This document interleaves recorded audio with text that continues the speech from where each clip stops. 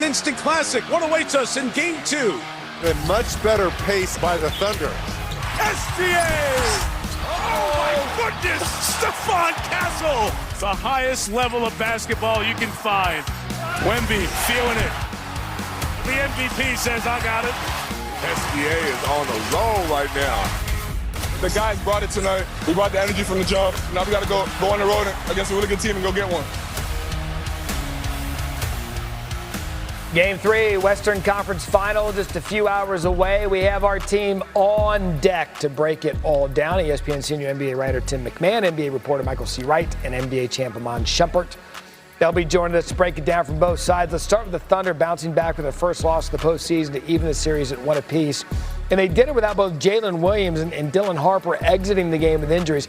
Since dropping the final 2 games of the 2024 Western Conference semifinals, OKC have not lost consecutive games in the playoffs, winning 9 straight following a loss. All right, start there. Iman Shumpert back with us, along with Tim MacMahon covering the Thunder. All right, Tim, what's the latest on Jalen Williams' injury status ahead of Game 3? Howdy, partners. They've got him listed as questionable with left hamstring tightness. Tightness, not a strain. They're saying this is a day-to-day type of injury, but I'll be blunt. Talking to people around the league, it would be pretty surprising to see Jalen Williams play in this game.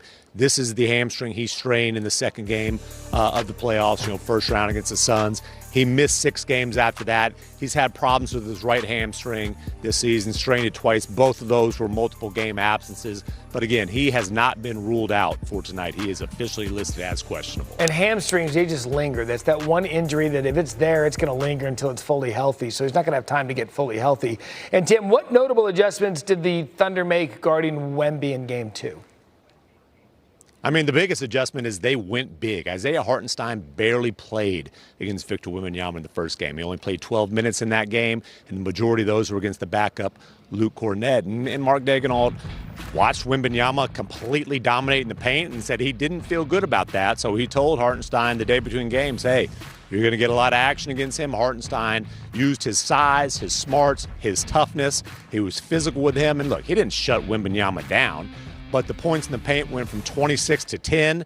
The free throw attempts went from 13 to 3. So it was a lot of Isaiah Hartenstein, a lot of pushing, a lot of shoving. Yep. The Spurs would say a lot of holding, a lot of fouling that didn't go called. But I would anticipate to see him as the primary defender again tonight. Yeah, certainly a physical approach in Game 2. So, Iman, how should Wemby bounce back if the Thunder, as Timmy Mack said, we expect them to take the same approach? How should Wemby handle it?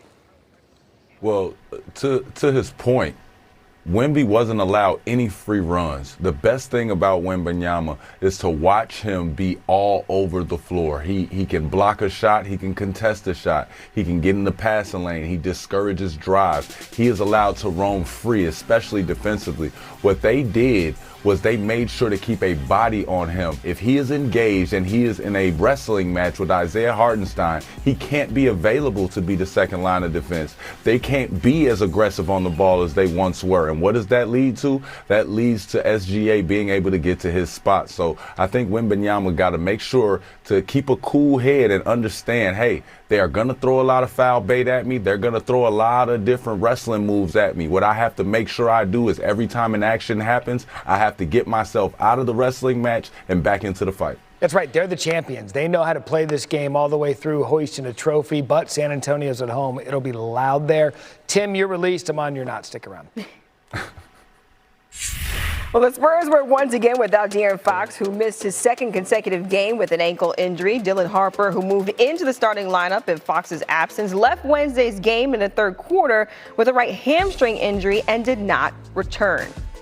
All right, let's bring in our reporter, Michael C. Wright, and Iman Shumpert still hanging out here with us. And Michael, I'll start with you. What's the latest on De'Aaron Fox and Dylan Harper's injuries ahead of Game 3, starting with De'Aaron Fox?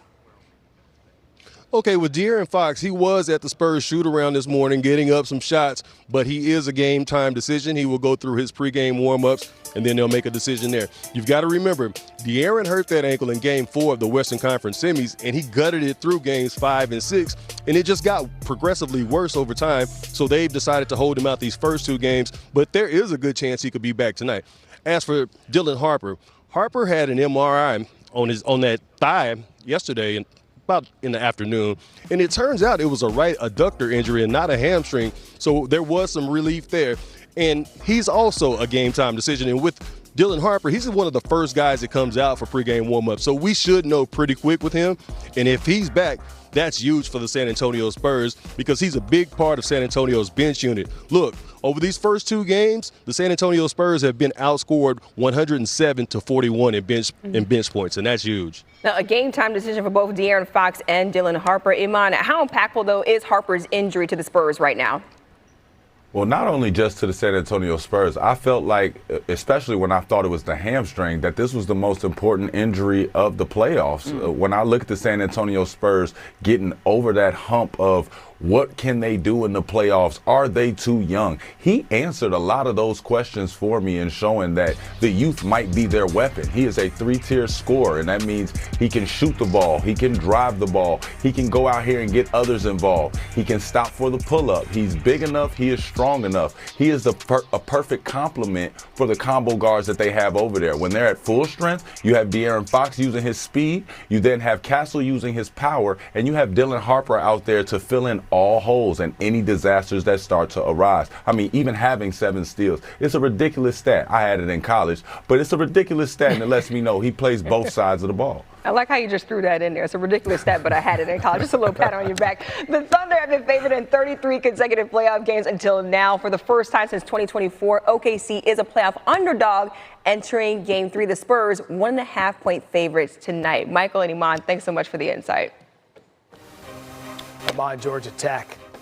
Let's go all get. I mean, listen, we've done a lot already, but let's get serious. We're rolling with Dolan. This is where everything just goes down. Forget the analysis. Let's get weird. It's Friday of Memorial Day weekend. Aaron, what are your best bets for the Thunder and Spurs tonight? Let's start with Wemby to go over 14, or I should say to have at least 14 or more rebounds in this matchup. I think Wemby, for one, I mean, he's dominant against the glass. Even when they try to slow him down, they are not able to do that. So he finished with 24 rebounds and 17 rebounds respectively so far in this series. And there's no reason, again, to think that this defense is going to be able to slow him down. Maybe they slowed down the shot-making ability, but in terms of the rebounds, not so much. So 14 or more rebounds, that's a milestone market for him. We're going to add and parlay this with the Spurs just to win this game outright. So the key here is obviously that they're going to be playing back at home. San Antonio is 13-2 straight up at home, but coming off a loss in the previous game this season. And I just don't see the Spurs committing 21 turnovers like they did in Game 2. I think they look much better like they did in Game 1. So I think they turn it on at home. So I'll just take them to win this game outright. And then the third leg of this parlay is going to be under 217.5. If you look at the total in these series, Game 1, they went over 218.5 thanks to double overtime. But then in Game 2, the total was adjusted down to 213.5 and we saw an over. So sometimes I think the books a little bit overreact of what we last saw. I do think defense will come up big on both sides of the ball in this game. More specifically, just because this is the third game, it is moving to San Antonio as well. So I just don't know if the shot making is going to be as great as it was in Game 2. So I'll take the under there of 217.5. So again, Wemby to have 14 or more rebounds, the Spurs to win outright, as well as the under 217.5. This is available right now on DK around plus 335. Yeah, I was paying attention because I needed the picks, but I was putting it in my phone, so I've already hit send. Got the little parlay bonus. We are just living right on a Friday. Are you going to be on the 5 o'clock, Dolan? Oh, yes, I will. I'll be seeing you there just for all the Friday fun. All right, we'll see you in a few hours. Thanks. Coming up, expansion talks continue.